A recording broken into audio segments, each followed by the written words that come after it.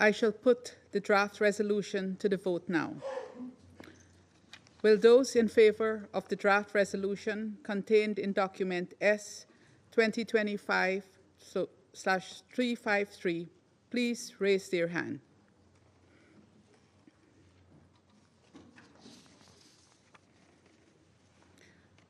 Those against? Abstentions?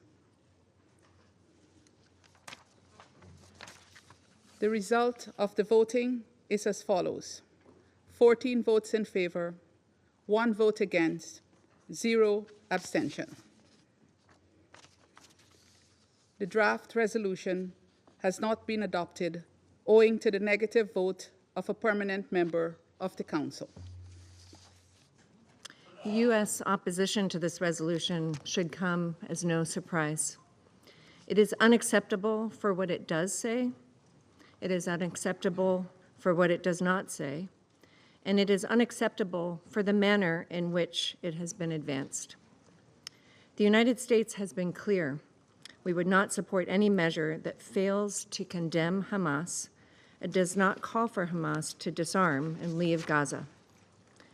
In recent months, Hamas has rejected numerous ceasefire proposals, including one over the weekend, that would provide a pathway to end this conflict and release the remaining 58 hostages.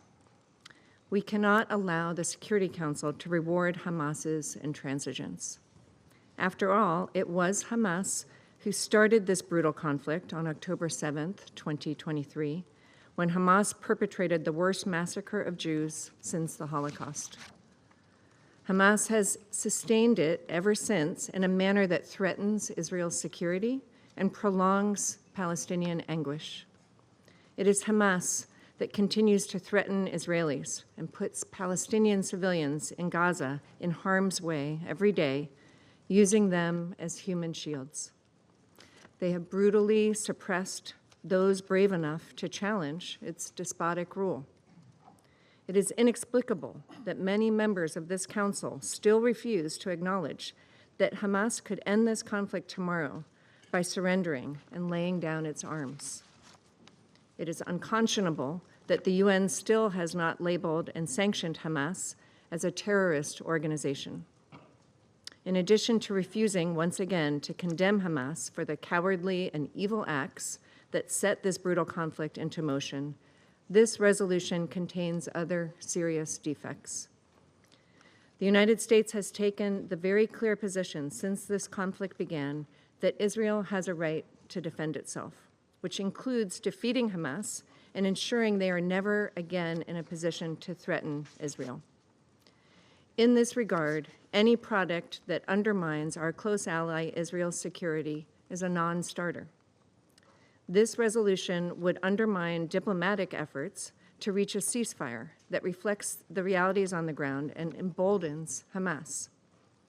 This resolution also draws false equivalence between Israel and Hamas, which is both wrong and dangerous.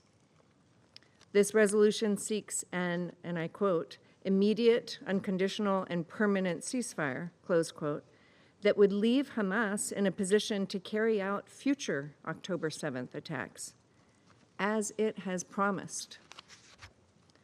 This resolution refuses to acknowledge the disastrous shortcomings of the prior method of aid delivery, which allowed Hamas to enrich itself at the expense of Palestinians and failed to get food and water to those who needed it most.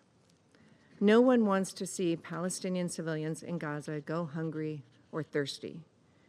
We instead urge the UN and NGOs to support the Gaza Humanitarian Foundation to help it safely deliver aid without being diverted by Hamas. The GHF has emphasized it will deliver aid consistent with the humanitarian principles of humanity, neutrality, impartiality, and independence. Colleagues, we've been clear that in order to move forward, Hamas and other terrorists must have no future in Gaza. Rather than push forward a resolution that unjustly rewards terrorism, undermines negotiations, and allows Tehran to continue fomenting instability, let's instead demand that Hamas surrender, disarm, and leave Gaza forever, for the sake of all the region's people. Moreover, we need to be perfectly clear. Performative actions in this Council designed to draw a veto, as evidenced by the process of formulating this resolution, wherein there was no true negotiation, are harmful at a time when there is delicate diplomacy going on in the region to reach a ceasefire. Further, engaging in this performative process at a time when serious questions are being asked about the utility of the UN, its funding, and use of resources is shameful. This Council should not be used in this way. This Council must hold itself to a higher standard. For his statement, and I give the floor now to the representative of the United States.